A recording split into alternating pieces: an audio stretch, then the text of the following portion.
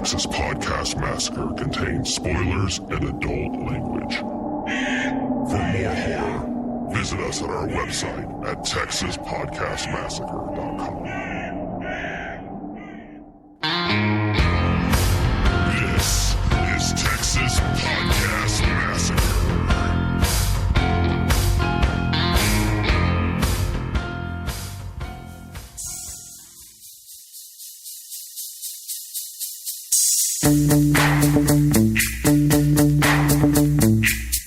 Yo, anti-JC, let's kick it.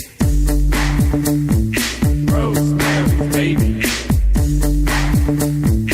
Rosemary, baby. All right, hop to the satanic mission. Previous tenant, yo, she didn't listen. Something grabbed a hold of me tightly, scratched my back, and it wasn't lightly. Will the pain stop? Yo, I don't know. Turn off the lights. Its eyes glowed to the extreme with a diet hard to handle. Life before Tannis root didn't hold a candle. Guys, commercials fill the room. Deal with the devil and Korea did bloom. Loudly, neighbors play dope melodies. Every time I see them, they get more elderly. Had the baby, took it away. Hey, yo, Satan, yo, my kid don't play. Humanity's problem, yo, I caused it. Check out the crib in Beelzebub's office. Rosemary, baby.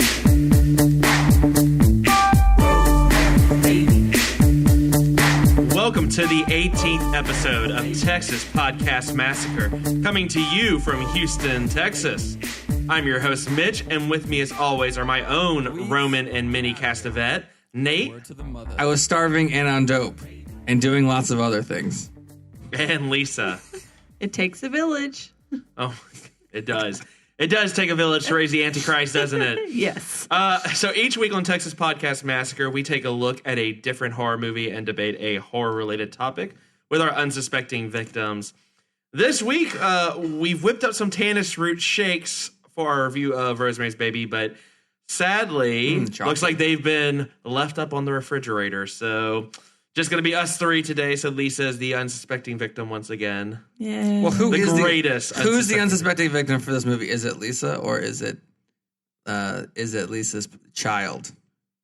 Yeah. Oh, unsuspecting victim. Yeah. Yeah. I think it leaked in our last episode, but yes, congratulations. Thank you. Yay, unsuspecting fetus. Yeah. Well, yeah. So, any indication you think? Do you think the baby will be a horror fan or not a horror fan? I don't know. He was kicking during the movie, so I can't tell if he was kicking because he was scared or just because he's a baby and he kicks. He probably was like, kick these neighbors in the face. Why? I mean, yeah, probably. He was so mad. Like, this is what I would do. He's already. Yeah. When I'm a husband, I won't be this terrible. Punch. Oh, well, goodness. Well, all right. Well, so we've got a good episode planned for you today. Just good, not great. We've got a great episode planned for you Better today. than average, minimum. Minimum. As we review this horror classic. With that, let's get right into our debate question for the week. We will see how the Lord favors you. No, you dare not blaspheme. He will punish you. The jaws of hell will devour you. All of you. No. Okay, so my question with Rosemary's Baby, Guy Woodhouse, the husband, decides to make a deal with the coven to allow the devil to elevate his acting career. Yes. That was the exchange, right? If I help raise the devil's son. Well, if I just allow my wife to be pregnant with the devil's son, It's the original indecent proposal. without her knowing, Right. then I get It is the original indecent acting. proposal. That's yeah, right. it is. Oh, Yeah. wow. Yeah. So my question is, you're Guy in this situation. What would you have taken in exchange for this? So he wanted the best acting roles and Yeah, he wanted to be famous. He wanted to be a famous. He was actor, worried about right? his career. What would you have taken? I mean, in my case, if I'm me, then I have to carry the kid. Mm-hmm. So it ups the stakes a little bit. I don't know. I was thinking about this. In my life right now, I'm in a pretty good spot, so there's not much that could tempt me.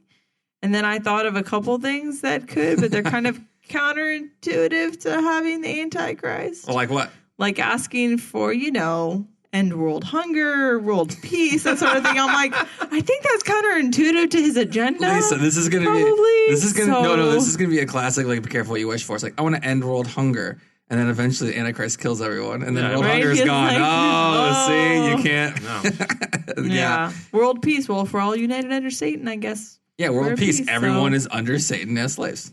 Peaceful. Go. It's just like The Simpsons with Kodos and Kane. Yeah. So yeah, I don't. Don't blame me. I don't know. I voted for. I'm surprised it wouldn't just be that you wouldn't have to carry the baby.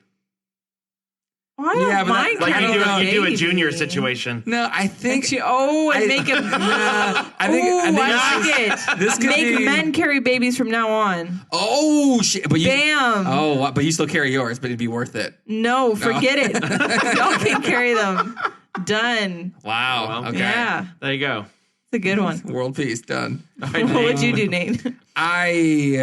If I knew that there were Satanists and this could really happen. Well, there are Satanists. That is a No, and the Satanists are a real thing. and the caveat I said after that, and this could really happen, which is false. But so if I'm with the Satanist people and this thing can really happen, especially after seeing actual things happen, like once, because guys like, I want to be famous, and then the guy ahead of him in the acting job goes blind. Once that happens, I try to kill those people. I don't take any deal. I go straight to murdering. So you go the route that Terry might have gone? Because, I mean, we didn't really get to see that scene. I think We don't know if she fought back. I think she was killed. Yeah. I think she was. It was pretty obvious. Yeah, she was killed. like, screw this. So that's not happening. It was like 100 old people. Can Yeah. it takes about 20 old people to subdue one 25-year-old woman. Apparently. She's a former junkie. I don't know, Maybe we'll- 15. I mean, I thought she actually did kill herself. Rather than submit. Yeah, I think when she found out what she was. You think so? Because they made a whole point. We should have told her. Well, We they- should have told her. And then when they left, they did act like a little. They acted a little surprised that she was dead. If they had thrown her, they wouldn't have been able to be walking up normally from. No, they did that as their alibi. They had the other Satanists do it. I mean, I get it. Look! That's her handwriting. I don't- that was like shady cover-up move right there. I don't think they killed her because I mean they already had gone through the work. I think. I don't know. It's not clear enough how No, far. it's in the not. I process would have they've went the gone. Terry route, but then not got murdered. I There you go. would have done the murder. Yeah. There we You go. would have fought so back. I take no deal. I don't You take. think you could have taken down a group of 60-some-year-olds? I mean, if I figured out what was happening, yes. Or I mean, you could just leave the apartment, Bye. or like light it on, or like start a fire and just leave or something. Yeah, you can do that. Yeah. Yeah, I mean, I guess. I don't take any deal. That's my end result. I take no deals. Okay. Sure. All right. So if it's me, I mean, again, we had a discussion earlier when we were watching the movie about, what is the ultimate point for Satanists again? Like, okay, they bring in the Antichrist and Satan kind of rules the world. I mean, is it just that we all want to go to hell? Because I never understand their motivation. I think that's why these movies don't do anything for me. I don't understand why Satanists are trying to bring about the end of the world. Yeah, we don't know what he promises them. Yeah. We don't. It's the same motivations as like any religion. Well, no, but really. I just wonder, like, I mean, what's the end game? If it's like every other religion, most of them are like, you go to some version of heaven where, everything's great and wonderful. And Yeah. Is that what they? I mean, It's wonderful for them. Here's That's what Lisa's saying. Here's wonderful for them because as the people who follow Satan, when everything goes to shit, they'll be like in a higher position. Yeah, I think here's that's what I want. I think that's the I motivation. want guaranteed like number 2 spot in whatever hell's going to be on Earth going forward, like right under Satan, like. right-hand man. Here's Satan, and then me in the pecking order. I want to Boom. know. I want to know like what I need like a benefits contract beforehand. Is what you're saying? Yeah, like I need like in an organizational chart you have like here's the CEO, and then like here's the vice president. There's like the little dotted line for like consultant. That I want to be in that dotted line. The problem is that it's a family business, right? So it's really hard to move up. Look, I'm not wanting to run the show. I don't want that Okay, responsibility. okay. I just want to be I want to be in the circle of trust. You want to but be like it a is- consigliere. But he's That's what you want to be. part Okay. of the, I mean, I guess that's the hard part, right? Because if he lets I want to be invited to Christmas and Thanksgiving dinner, Okay. but not have to run the company. Okay. Yeah. You're going to be a valued employee. I'm just saying, if this shit looks like it's going to happen, then, long-term planning, being a famous actor is only going to help you for like the first few months. Yeah. Then what do you got? When everyone's dead they're and not pain, thinking long-term enough. nobody's going to the theater. Then the problem that I always thought of, I guess, is that, okay, so guy gets his career, right? But they can clearly make people go blind and do all kinds of shit, right? So this satanic, coven has got some abilities, and they bring forth the Antichrist. So that's obviously huge. If Rosemary just says, "Hey, I don't want to take care of this kid anymore unless you like make him go blind," they'll turn on him real fast, right? Like he's just like the last one in. You know what I mean? Like he has like the least amount of clout. You put a lot of faith in these in these Satanists. Yeah, exactly. Not a good move. So I would get it up front, Mitch, in writing. That would make more sense. Yeah. So what y'all are both saying is we would all make a better deal than Homer did with his half a donut. Yes. Somewhere in between Guy's deal and Homer's deal is the optimal deal. I don't know. Yeah, well, not even between Guy's deal. Guy's deal was just...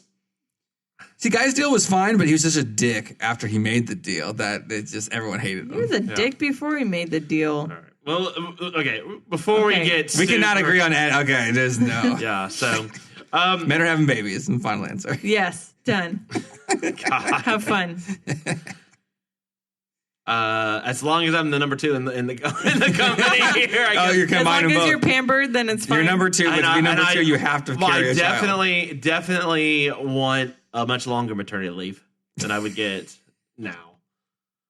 You want like Belgium maternity? Yeah, I want Russian like the full year, man. In Hungary, you can get like almost 2 years. Well, partially. It's toward the end. Well, look, I'm just like, okay, yeah. All right. Well, why don't we just jump into it? So this week's movie of the week is, of course, Rosemary's Baby. Well, there's one against me and my baby. If you say anything more about witches or witchcraft, we'll be forced to take you to a mental hospital. I haven't slipped up that. Majesty, he told the doctor to make sure that you got the room that was on his desk. Read what they do, God. They use blood in their rituals. Monsters.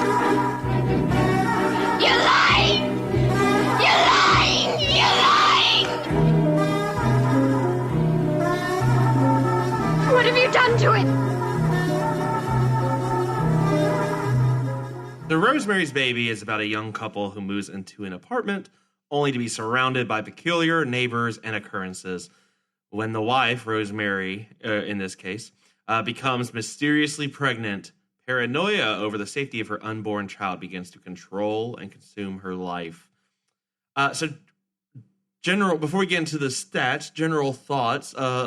Lisa, as the mother-to-be and unsuspecting victim for the episode, what were your thoughts? So, I really do think watching this while pregnant with a boy makes a hell of a big difference.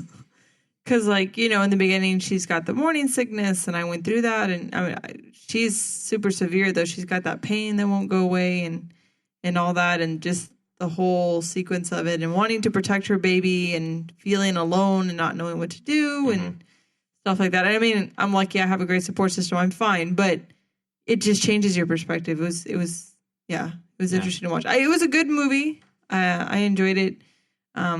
Mia Farrow's character was a little too, and they even say it in the description for the movie, they call her wayfish, and I was like, yeah, she's kind of, I don't know. I would have preferred to see her a little stronger, and she only toughens up towards the very end, but overall, I thought it was good. But yeah, I think being pregnant does. I wonder if I had watched it a few years ago, if I would have thought the same, or if it would have affected me the same way. Yeah, I enjoyed it. I mean, it's a classic. I've seen it a few times now, although it's been a few years since I'd seen it last, so I've forgotten some of the dialogue's a little rough at the very beginning, but it gets better. But yeah, the first little bit, they're clearly just like, "Oh, hi, guy." Well, yeah, let's make love now. Yeah, and they were just not even a nod, just like, yeah, I'm just gonna take off my socks. Their relationship is so rock solid; they don't say that many words. Yeah, the chemistry just blooming right all over the screen there. Yeah. So yeah, no, I agree. I enjoyed it. I do think there is an element that if you're, this is certainly I think geared a little bit more toward women. Because I can't really relate to a lot of it, which is fine. Yeah. You don't have to for it to be a great movie, but what year helps. was it supposed to be? It's 1966 Is the setting? The yeah. setting year. Yep. Yeah. Okay, yeah, because that comes through right with some of the stuff and controlling her, not letting her go get a second opinion and all that stuff. Yeah, and no, this movie that was hard to watch. It definitely wouldn't translate well if you tried to remake it for now. It did like the same thing though. Like if that came out today, it's hard to stay more isolated now. Yeah, would be the main difference. But is that, the isolated and also just that her being kind of shut in and really she's just kind of taking orders from. She's in massive amounts of pain. I think they loosened her up with that, which is I think kind of the part of the explanation, right, of how that happened. But isn't this? And I haven't seen it yet, but I feel like this is probably what Mother is about.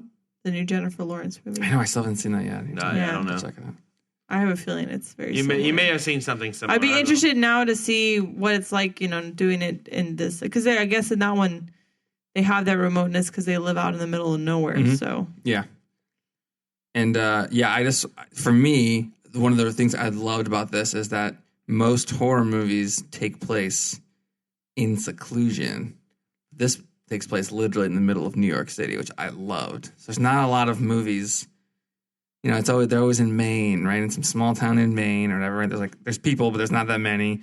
Some secluded house, right? All this kind of crap. No, this is happening in the middle of a city, which makes the isolation even more crazy, right? And powerful because there's so many things just right outside, but you can't get to it, right? So I loved that part of it. I thought the acting was really good, especially the supporting characters, like the cast of vets were spectacularly good. Mm-hmm. And Roman Polanski's direction is really solid. A lot of good camera work, a lot of crazy, surreal moments, a lot of really, really small like details that they like throw into things, which are like just mind blowing. Mm-hmm. Like every time I watch it, I kind of get like a new thing here or there. Like Louise sticks out her tongue at Rosemary, or like, she like. A knife drops on the ground and she like picks it up and then she like wipes the smudge mark. Or whatever. Like there's just so many little tiny things, like guy in the background trying not to look at her and stuff. Like there's so many little small things that just combine make the movie just awesome. So yeah. Oh yeah. So let me get into some of the information about the movie real quick. So this movie came out in 1968. The official runtime is 136 minutes. I said 37, but I counted it from the actual runtime minutes. So there you go. Too long. I think it flies by. I don't know. That was just me. They could have come in a type 2. I mean, they kind of 15 minutes. Yeah, maybe in the middle, a little bit of that. They didn't need to spend a whole lot of time watching him take off his socks and. I like those undressing. That was one of the things I liked is a lot of like long scenes, like single shot, like scenes. I like that. But yeah, just not that one. Oh, well, okay, yeah. Okay, other ones are like iconic. Yeah, and no, really that's good. fine. Yeah, that one, not quite as much. That's true. Exactly. And IMDb, it's at 8.0, which is for a horror movie about almost as high as you can possibly go for people. They just don't get rated as high. And on Rotten, it is a 99%, so almost a unanimous. Wow. The budget was $2.3 million. Again, this is in 68, right? The box office was $33.4 million, so it made its money back massively. And in today's dollars, that's $234.9 million. So the movie did spectacularly well. The tagline is "Pray for Rosemary's Baby." Terrible tagline. There was funny. It should have been "It Takes a Village." It takes a village. Would have been really good. Yeah, it's missing a hashtag for the "Pray for Rosemary." Yeah, really. Oh man, hashtag nosy neighbors. There was a 1976 TV movie sequel which was universally panned that I will not even talk about. It's called "What Happened to Rosemary's Baby." Oh yeah, I saw that. Terrible. Have you actually seen it? Do not even come close to watching it. Okay. Garbage. The director was Roman Polanski, super famous. So this is part of the loosely thought of apartment trilogy. So there's Repulsion, which if you guys have seen that was I think 3 years before this movie. Okay. Very similar. There's a secluded or an isolated woman in an apartment. Things go crazy there. There's this movie, and then there's The Tenant, which is also like a seclusion apartment thing, and like crazy psychological things are happening. All three movies are fantastic. And then he also is, did Chinatown and The Pianist. He's just super well renowned creep / director. Mia Farrow. So this is her first big role. She was in Great Gatsby, Purple Rose of Cairo, a bunch of other stuff. John Cassavetes, almost sounds like Castavets or whatever. He's in The Dirty Dozen, and then he was a director of a ton of movies after. The crazy part about this is that Polanski's pregnant wife, Sharon Tate, was murdered the year after this movie was released by Charles Manson's followers. What? Oh, you didn't know that? No. Yeah. So Roman Polanski's wife was pregnant and murdered. The next year, and the Manson clan, called the Helter Skelter, right, murders and stuff. And another tie into the Beatles was the song "Dear Prudence" was written for Mia Farrow's sister, Prudence Farrow. Also, so there's two weird Beatles things. One positive, one extremely negative. Right. Mia Farrow got divorce papers from Frank Sinatra while on set filming this movie. Wow. There's a lot of crazy shit happen. This is Stanley Kubrick said this is his favorite movie ever. When Mia Farrow gets her haircut, that was her actual haircut. The rest of the movie was her wearing wigs. Like the first half was her wearing wigs. Oh. And Vidal Sassoon, which she said, he went, she went there. Actually, like 3 times, yeah. They flew him in to literally cut her hair for the movie. No way. Yes. That's awesome. That's cool. There's so many cool things that happen in this movie. So Ruth Gordon, who is, the nosy neighbor chick, she won the Oscar for Best Supporting Actress, which seems reasonable. She was fantastic. And the author Ira Levin. So this book was Rosemary's Baby. And the movie was adapted from it, and they Polanski adapted it like sometimes like word for word, shot for shot, like from the book exactly. It's a very faithful adaptation. That guy did Stepford Wives and Boys from Brazil as well. Oh wow! So cool. This whole movie has got just tons of awesome information. That's cool. Yeah. So let's talk about the main couple. So there's Rosemary and Guy Woodhouse as our main protagonists. So first off, I guess they talk about they're from two totally different. She's from Nebraska. He's from Baltimore. Yeah. And I guess they met each other in New York. They're married. And she's kind of comes through. She's devout Catholic, and she clearly wants to have a family because her. Is she devout Catholic or like lapsed-ish Catholic? She's pretty Catholic, at least. Yeah. I think that he's not, so she doesn't like. Yeah, I think she doesn't like go or anything, and she kind of feels guilty about it. I think is. I think there's the Catholic. How old are they? Mid-20s? Is that? I guess. No, like I think probably closer to late 20s. 27. Okay. He's at least probably. He seems like he's older. 30s. Yeah, he's like maybe late. She's maybe like late 20s. Yeah, so young enough that she's. Although she looks, I don't know how. I'm gonna look up how old she was during this movie. Yeah, because I think there's clearly that I think she's wanting. He's older for sure, and she's wanting to have a family. I guess he's kind of saying, "Nah, I want a career to be a little more on track." One of the best lines is she's like, "We're definitely fertile in my family." Yeah. All right, so she was 23. Oh wow! When this movie came out, and then he's got to be. This is great podcasting happening right now. Right. I apologize. So while you're looking that up, Lisa, your thoughts on Guy Woodhouse? He's the worst. and he was 39 when this movie came out. Wow. So that's 16 years. Holy shit. Okay, there we go. He is more the worst. He should know better. He's older, right? Come on. Gosh. He's just terrible. Yeah, he's one, hey, I'm walking here, from being just a complete New York stereotype in this whole movie. Yeah.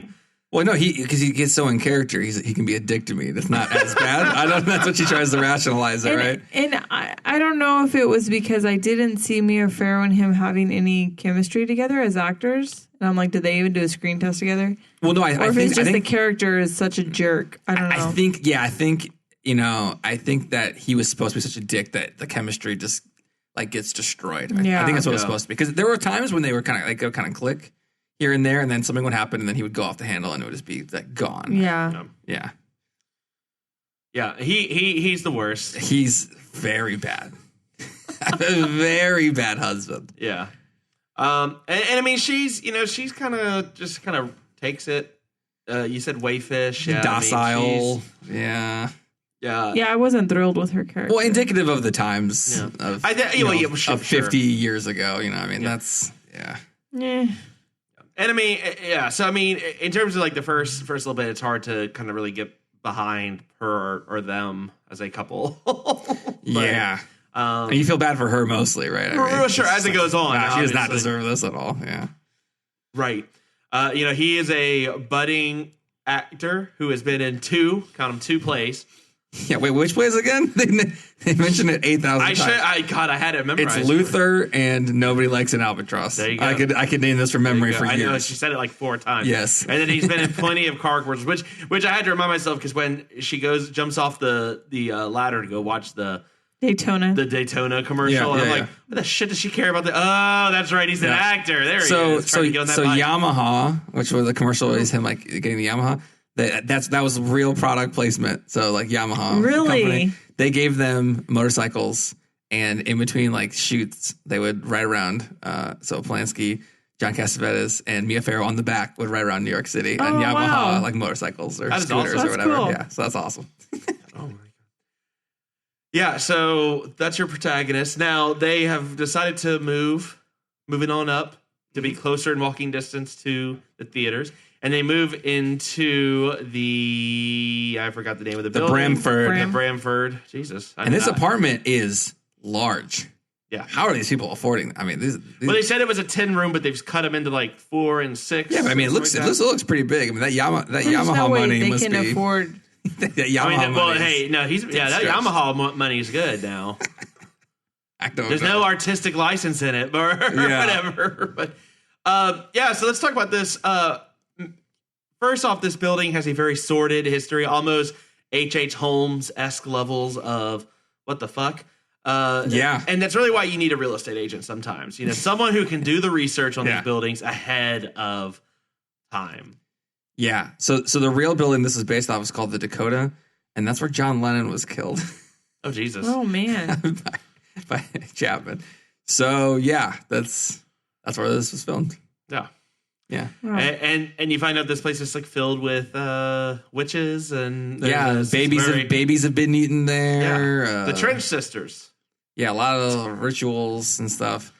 I wrote down in my notes. So the guy showing them the building is trying to sell them on the building. Right, they're trying to move in, decide where they want to go. And he just keeps focusing on these closets. He's like, look how many closets.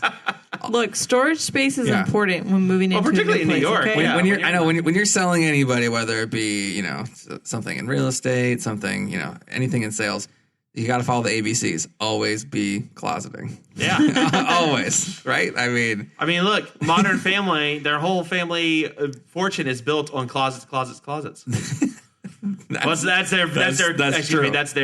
their competition. It's Pritchett's closets. It's closets. No, it's 3 closets because he always gets mad that Gloria says an extra. We're getting off track here. Okay. At TX Pod Massacre, let us know how many closets there are in Modern Family. So besides just this shitty building that has the building's great. The people in it are terrible. So let's talk about them. First off, let's meet the neighbors, the nosy ass neighbors, Roman and Minnie Castevet. Yeah. So Satanists dress like that?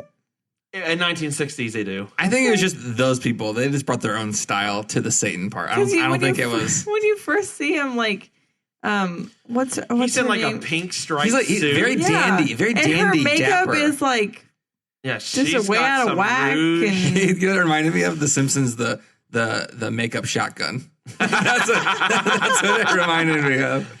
Oh my God. So let me ask you this: a lot of great scenes in this movie with this couple, but at what point would you have just been like, I need to fuck out of here? Yeah, I'm tired of y'all way up in my business. They invite him over to dinner, right? Yeah, that's nice. Reasonable. Yeah. They're kind of old, kooky people, and you're younger, because I guess Mia Farrow is like mid-20s. They're in their late 70s, right? So it's like about 50-year gap. So they're weird. Yeah, and then they're like all up in your face like every day. Yeah, once. So you guys would have lasted through the chick's suicide? Because I think as soon as the chick that I had just met died, I would have been like, I'm out. She kind of admitted she was a former like heroin addict. Yeah. So, and she was trying to rebuild her life. Maybe you give it to him. But you wouldn't have known that from the neighbors. I mean, they weren't as shocked. Weren't as shook up as maybe they ought to have been, but.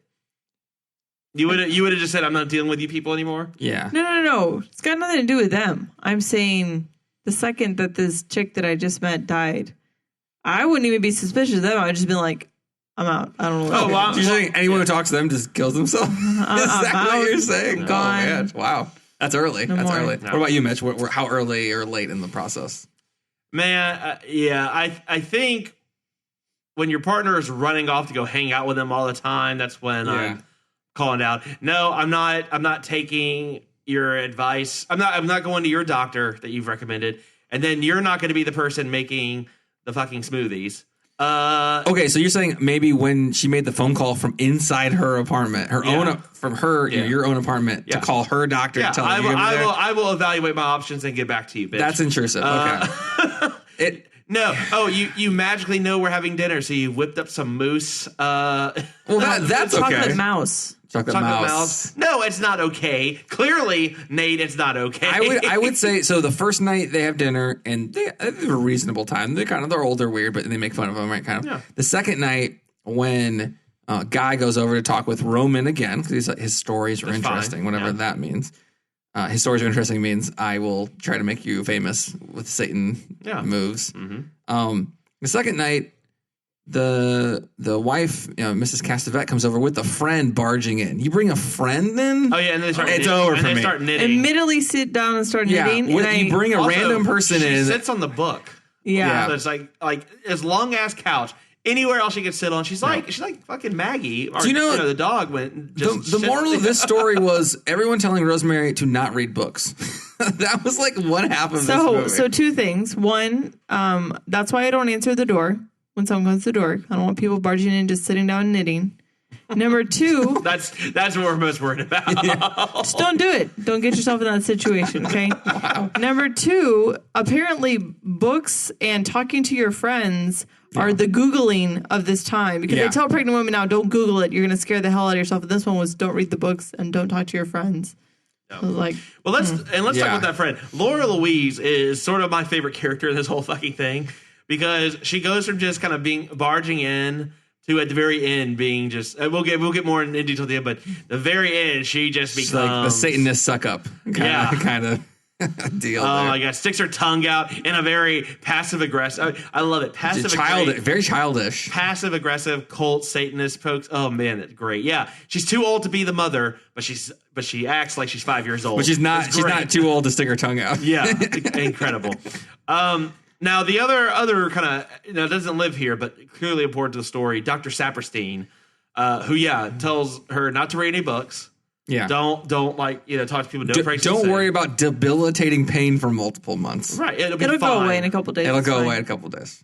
Yeah. Also, don't use pills. Pills can be on shelves for a long time. This is probably the doctor that fucking tells her it's breast cancer, but everyone's finding cures in the room. Yeah. Well, that was her I know daughter. it's the doctor that says it, but I'm positive this is the same. He is that, but then also with the terrible advice. Yes. Okay, got it. Yes. So well, he basically says pills.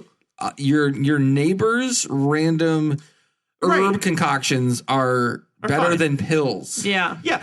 That would have been a deal breaker. Has healthcare in this country been so shitty for so long that we're just fine with accepting?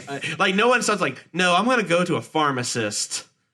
Not my fucking neighbor I met 2 days ago. Again, 50 years ago, women did not have quite the agency that they have now. Because when she talks to her friends, the friends are like, fuck that shit. Whatever this guy's doing. Why did she not think to call one of her friends at any point at all in this? Because he said, don't talk to your friends. Don't talk to your friends. They'll just scare you. It's normal. It's normal to have stabbing pains for multiple months. You've got to take care of yourself, okay? You've got to get extra opinions. Well, she's kind of a happy-go-lucky, shy woman. Well, and maybe it takes her a while to ramp up. Well, I'm just saying, every time you have an idea and you tell some people about it, and then shit totally derails that, maybe stop fucking telling people.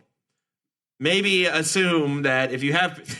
She has paranoia, but she somehow keeps telling everyone what her plans are. Assume the conspiracy earlier. Maybe when Dr. Hill originally says, hey, we need to come in for some blood work because something looks funny, you follow up and figure out what looks funny. Yeah, don't let your husband say, oh, come up with an excuse for why you have to change your doctor, like we're going to California. We're moving to California. Okay, so Dr. Saperstein, he may be Minnie's favorite doctor, but definitely not, I think, the best obstetricianist in. He's a really good obstetricianist if you're not carrying Satan's baby. He sounds like he's fantastic, but when you carry Satan's baby, his level of quality, his Yelp reviews go way down. So it is Satan's baby. Satan is a father. Yeah. And that scene. Well, which scene? Because the ritual. The ritual. Yes. Yeah. So the ritual happens because she does not eat all of her chocolate mousse, but does eat enough. Yeah, it is that it knockout mouse. Her. It just she's able to kind of be sort of awake and understand what's going on. But yeah, she finds herself. At first, I didn't understand what the hell's going on. Like with some of the imagery, like why she's on a boat. Well, no. Okay, so after they have dinner, so Guy is 100% in with the Satanists after one meeting. Well, I got to just say that he betrays his wife instantaneously for fame. I mean, it was just it took him like it was the drop of a hat, and he's like, oh yes, have Satan rape my wife. Okay, great, love it. First conversation.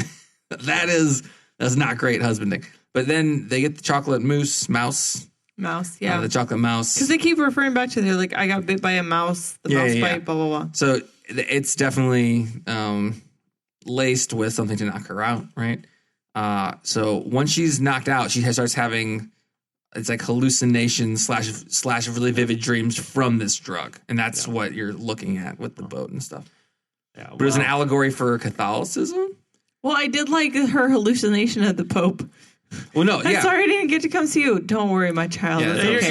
You're forgetting. You're fine. But on the boat, it's like, oh, Hutch can't come because Hutch isn't Catholic, and so it's like, oh, we don't, like it's saying about like Catholics are like, thinking that everyone else is like not as good or not doing it the right way and stuff, and that's what the boat represented. Yeah, I didn't think that hard about the scene. Oh yeah, that's what it was. Yeah, so it was like because some people have said this movie isn't necessarily about Satan. It's an allegory for Catholicism, and so her husband is half Protestant, half Jewish, and he's not full Catholic. And then all these other people aren't full Catholic, and then her baby isn't full Catholic, so it's like the devil to her or like wrong to her. So it's like a total allegory in that way as well. Yeah, and that's what that scene is trying to show. Gotcha. Until she gets raped. I feel like you have to watch this high to get to that clarity. You got to smoke the devil's lettuce too. I was eating pizza. Maybe it was tainted with some tannis or something. I don't know. So let me ask you this: best like monster sex scene. This movie. How creeped out were you, Lisa, during this sex scene with the devil on top of her? Well, see, here's the thing. This is like, to me, one of the most iconic scenes from a lot of horror movie history. There you go. And so I've seen, I think, most of that scene before, so I knew it was coming. So it didn't really freak me out that much. But I think Mitch was going to say what was better, this one or Dracula as the wolf. Which we've been remiss in. Shaggy Wolf. We've been remiss in mentioning Dracula lately, so. Yeah, wow. Okay, well, the streak returns, yeah. I like this one better. It is way more creepy. Yeah? Yeah. Oh, yeah, he was.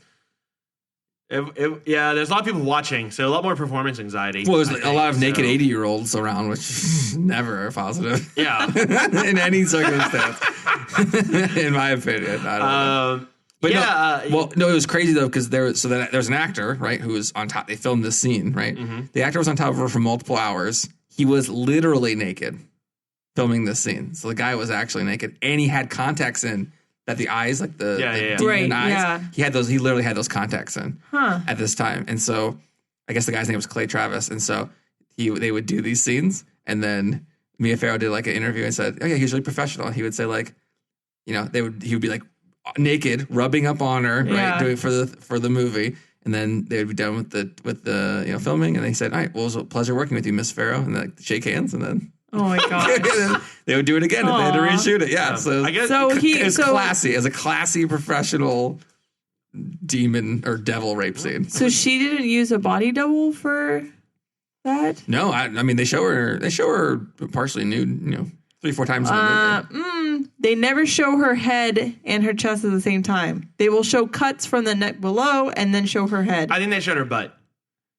Fine, but from the front. Are you sure? Yeah, I'm sure. Because at one point, I got to tell my wife I need to go back and check. At one point, if you look, there's full frontal. Yeah. And her boobs seem bigger than 2 seconds later when she's wearing like a bikini. It's like, I don't think that was her. But I don't know. I didn't see anything anywhere where she said if she did use a body double or not. I was too busy focusing on all the allegories. To do that. Now I will double check that. That's a good question. And also, why did because they only show the double for like 5 seconds. Why did that take like hours to film? I don't know. I mean, there was like the scratching and like the scales and I don't know. The whole thing doesn't last more than a couple minutes. Well, Roman Polanski.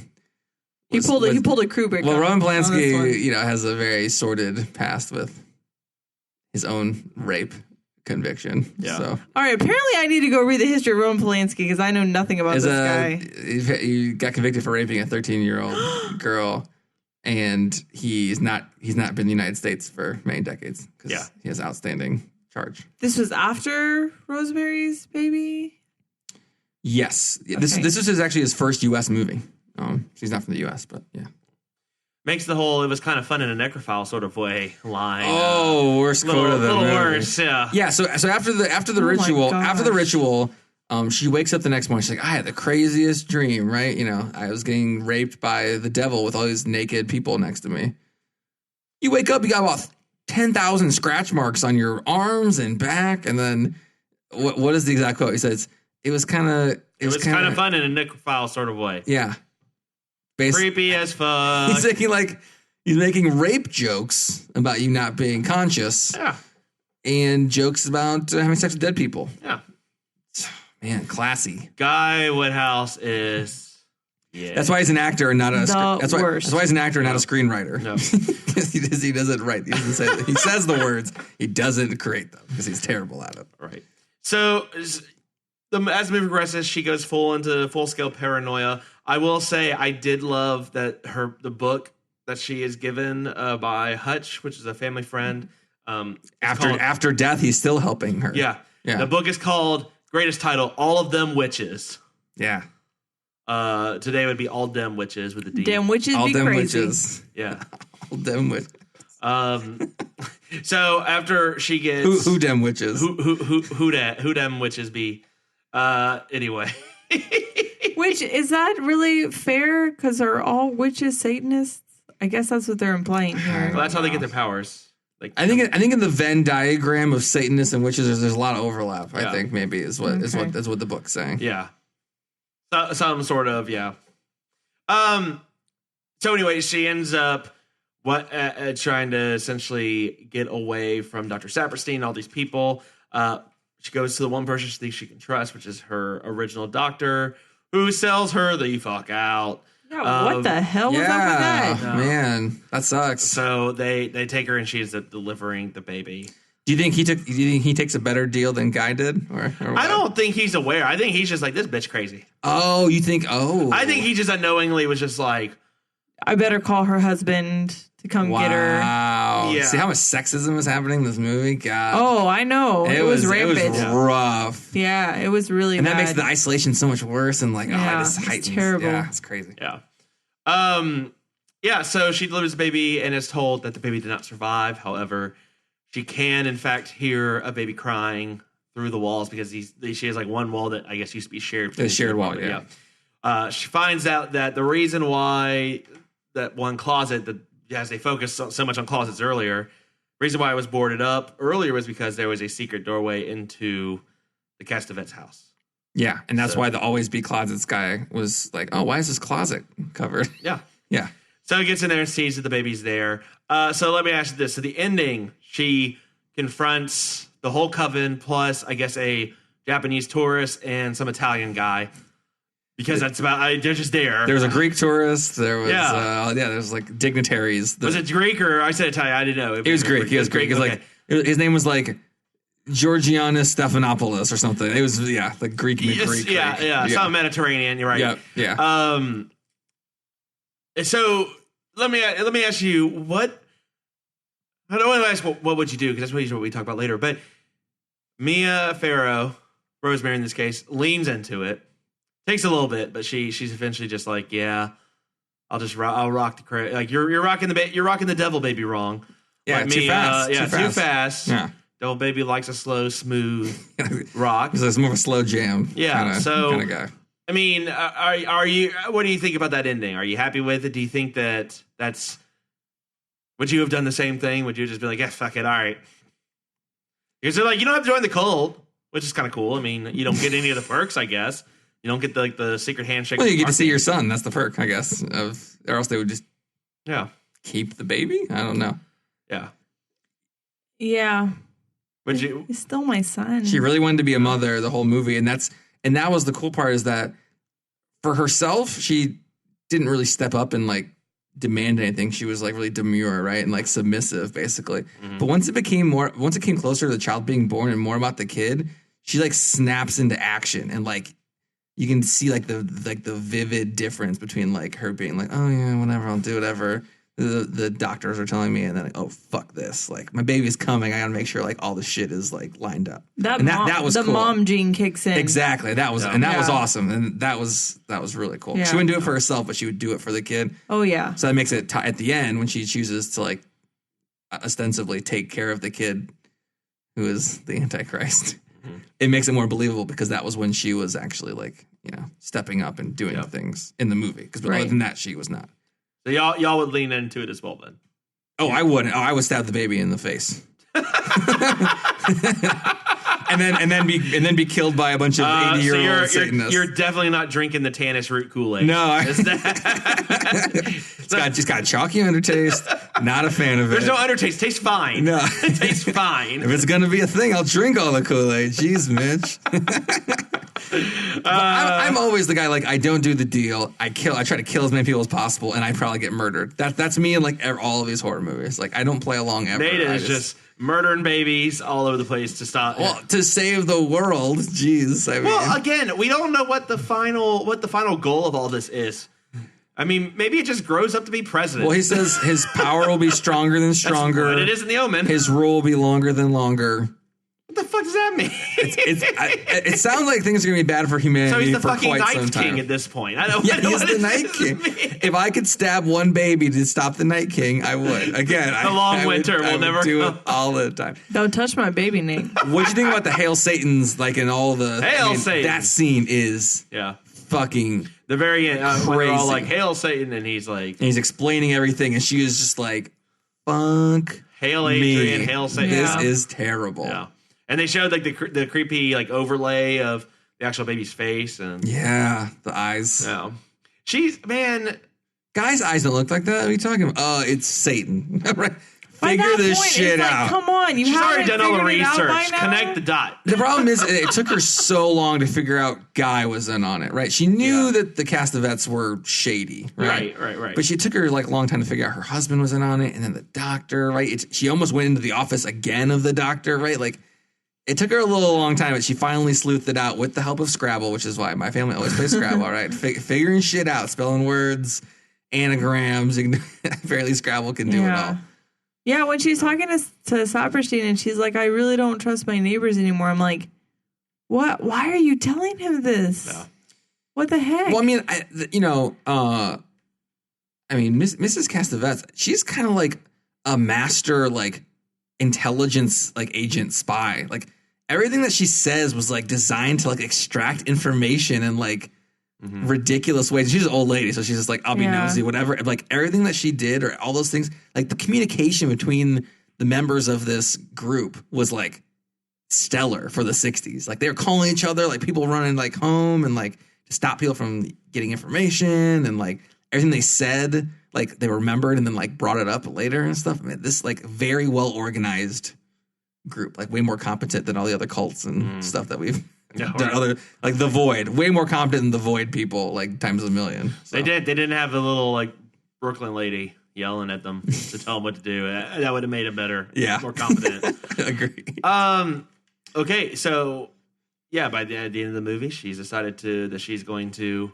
Or imply that she's going to raise Adrian as her own. Yep. I mean, he is her own, but yeah. Well, half. What is the custody battle over this? Because, man, half. Satan's the father. You got Rosemary the mother. I mean how do you split weekends? Yeah, how does this work here? But Guy basically got Josephed on this. Oh yeah, whole deal. He doesn't even want to be Joseph. He's like, I want to be out of this as much as possible. I just want to go to Hollywood. There's the Virgin Mary and then Rosemary. Yeah, yeah. I mean, she was not a virgin. And who knows? Who knows? Because like God sort of kind of ghost dadded it up too. Like he was like, yeah, well. You got this right, Joe, and just kind of just bounce. I don't know if Devil's going to do the same thing and be like, yeah, Guy, just keep doing them Yamaha commercials and you're going to be fine. Just Paramount's calling. Yeah. I mean, that's. I did find it. I did think it was a little bullshit when they said, "Oh, Satan's planned all this for you. Yeah, that's why he made all this happen." It's like, but you had Teresa as your first pick. If Satan and the Satanists were all have this planned out so far. And this is a multi-generational thing, right? Because Roman Castevet is really, was it Stephen Mercado, right? Yes. His dad was a Satanist. It's a multi-generational thing. This group needs to do some youth outreach because all of these people are old as hell. Like, who's the youngest person in this group? Like 65, maybe? Well, they had that guy that comes over from now 30, whatever. That guy's barely in there. I mean, he's a nominal member. But yeah, these people need to get some young fresh blood in there for sure. Maybe they killed them all. I don't know. All right. Well, that brings us to the end of the movie. So I guess I have to ask you both what you would have done differently. There are certain rules that one must abide by in order to successfully survive a horror movie. Lisa, what do you do differently if you're in this movie? I don't know. It depends what stage you're at, right? I think at the end, I think I would have done the same thing she did. I would have leaned into it. There's some part of you that hopes you can raise him right so that he doesn't, try and kill everybody in the world. But I don't know. I think, or I like to think I would have gotten out of the situation much earlier. Mm. And or at least been a little more in control of my own situation. Yeah. Mm-hmm. Which I understand is a different time period, but thrown more parties. Gotten a few more different opinions. Yeah. Talked to my friends. Yeah. Mm-hmm. Although, Lisa, I just want to give you a compliment and say you look much better than Rosemary did as pregnant. Like less powder-esque. Less Caspery. Less chalk or whatever. Yeah. Her friend says you look like chalk. Yeah. That is that like was bad. one of the worst insults I've ever heard in my life. As you're walking into her house for this party that she's throwing. Oh, you look like chalk. Yeah. Is he feeding you? That's what he said. That's what he says. Like, oh shit. Wow. Yeah, I think I would have just not let my neighbor dictate my healthcare options. That would have been what I would have done differently. Like, yeah, I'm just gonna stick with my guy, but thank you. Yeah. Well, I mean, maybe that wouldn't have worked out either. That guy folded like a table. I mean, it was a pretty quick. Maybe I just don't like tell. Yeah, I don't know. She got betrayed by almost everybody but Hutch. Yeah. Hutch was the only one who stayed loyal. Yep. Even in a coma, he was helping her out. R.I.P. Hutch. You're with the angels now. Not the Catholic angels, but the other angels, apparently. I don't know. Hey, what do you do differently? So when she goes to Saperstein's place, she's like, all right, Guy's in on it. Castevets are in on it. I want to get the fuck out of here, right? She goes to Saperstein, realizes he's in on it because he has Tannis root aftershave, that's an awesome plot point. Right. She goes to the other doctor. She's in a telephone booth. I get on instead of going there, she clearly has money to get around. She smuggled a ton of money, which in 1968 was probably worth like hundreds, if not thousands of dollars because she had a lot of cash. First bus to Omaha. That's what I do. I just go right back. So to get to the train station, even though you're super pregnant, or train station, bus station, somewhere, get out of there. No. Get out of the city. Don't keep going back to the same places where they know you are. If it's a huge conspiracy, just go off grid. That's what I would have done. There you go. So awards. Dave, do you have an award you'd give out? Oh, I got a million awards here. Let me scroll through. Okay, well, only give us like a couple. Okay. I have the Do Most Harm award to Dr. Saperstein. Nice. I have the Worst Rape Joke award to Guy. Shockingly bad rape joke, even for 50 years ago. Yeah. Insensitive and terrible. It was terrible. Not a lot of necrophilia jokes hit and are funny in the comedy scene, and he continued that streak. Mm-hmm. And then I got another award for guy. It's the "You scratch my back, I'll scratch yours" award to guy as well. In that he trades his wife basically for a potential Hollywood fame. Yeah, and not potential. It's happening. Well, they're calling. Paramount's calling. Universal's interested. But he's working those crutches. Yeah, he's working those crutches. He should have done some more method acting and done been a character who was a good husband. Maybe you should have maybe you should have asked for more talent. Yeah, well, they're not miracle workers. Seems like Jesus. They can make people blind and make people go to comas. They can't make you a better actor. That's asking too much. Yeah. Lisa, any awards from you? Yeah, worst pact ever. Because really, if you got the power of Satan behind you, why aren't you immediately a movie star in a big Hollywood blockbuster? He's like, oh, I got the lead in another play. Yay! Yeah. He's all about the art, okay? It was a breakout role in New York, so I guess. Yeah. Again, time-wise, yeah, I guess. And that was a brutal phone call. She calls the guy who was blinded by the Satanists. And he's so nice. And he was so nice. And he's like, oh, I realize my husband is double Satanist. Yeah. I'm going to let you go. And the guy's like, oh, thanks for calling. Like, click. Yeah, awkward. Yep. Most awkward phone call. There you go. That's another award. I'm giving my award. This is kind of a little more obscure, but I'm giving my award for the making work fun award to the guy at the very beginning in the apartments that's drilling the creep hole or the peephole in the the doorway. Yeah. And he's just he's churning it, and he's just staring very menacingly. At guy. And he's a big dude too. Yeah. Yeah. He's.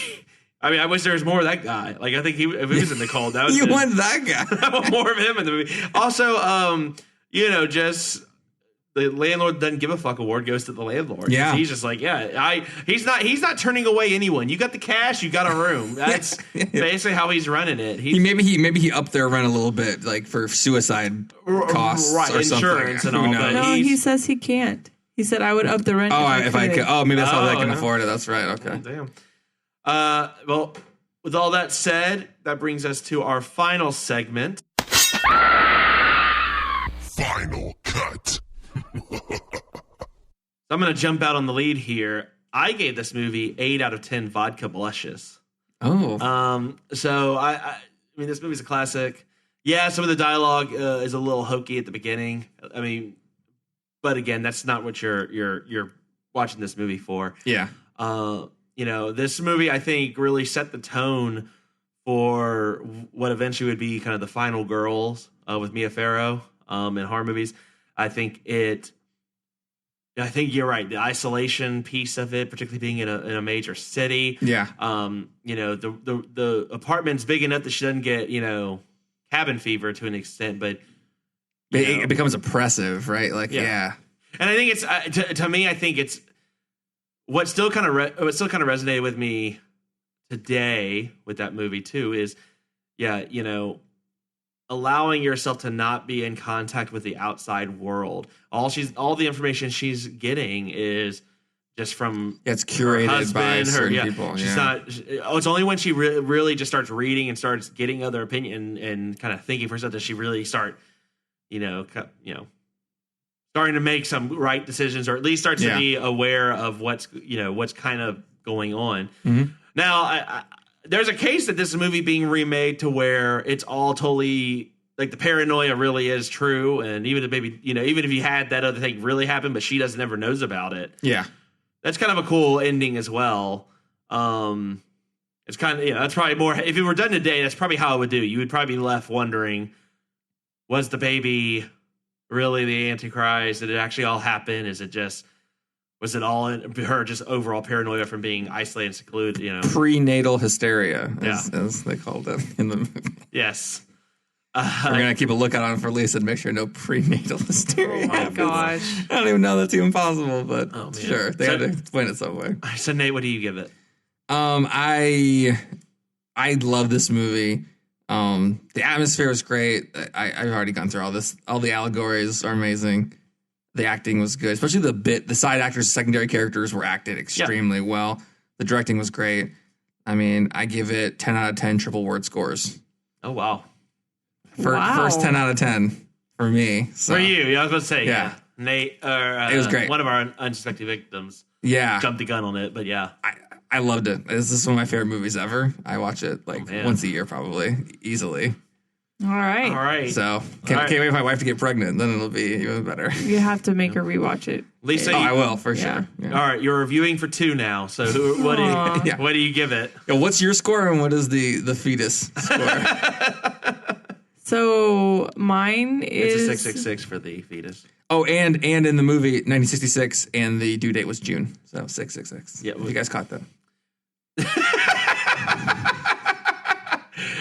We should have worked this out so it would average to 666. Anyway, please, Lisa, go ahead. Sorry. So for me, 3.5, and for the baby, 3.5. So a total of 7 out of 10 Tannis fruit shakes. Oh, nice. So I liked it. It was good. It wasn't, the best one that I've seen, but it, for what it was, the horror element was there, and so it was good. And this is the oldest movie we've done so far, right? Is it? Is it older than The Omen? Yeah. So oh, okay, cool. And so you're kind of getting more of the vibes, Lisa, of like the different. We need to do like a terrible 80s slasher to like really. No, we don't. Get you in. But you're seeing kind of more of the older, like how the time frames of movies, right? And kind of some of like the similarities and differences of like things happening like now, right? How filmmakers do stuff and how things, were done like before. But yeah, this was well done because there's no everything is done with people. There's no like weird special effects or anything. And there's like camera cuts like from her like to dreaming like from the bed and like up and down. They were well done. Really cool things, like better than people like things people do now. Yeah. Like 50 years ago. I mean, that's why it's still kind of like a classic, right? Yeah. I guess when you're forced to do it, then you figure out ways to do it well. Very You got to be creative. Yeah. Right. All right. Well, that I think wraps it up for this episode of Texas Podcast Massacre. Nate, where can they find us? They can find us at TexasPodcastMassacre.com. They can tweet at TXPodMassacre. Let us know how much you like Rosemary's Baby. And, and Mitch will be live tweeting AHS cult. Fairly terrible episodes now. The show's bad. Yeah, Join us at TX Pod Massacre to make fun of those episodes. Basically, it's getting rough. I don't know how. I want to keep with it because I've made that commitment, but holy shit. So yeah. Yep. So we'll be doing that, and then you can catch us on Facebook, Stitcher, Google Play, and a bunch of other platforms. Yep. Well, from all of us here at Texas Podcast Massacre, thank you so much for listening in, and as always, just keep telling yourself it's only a movie. Hail Satan. Good night.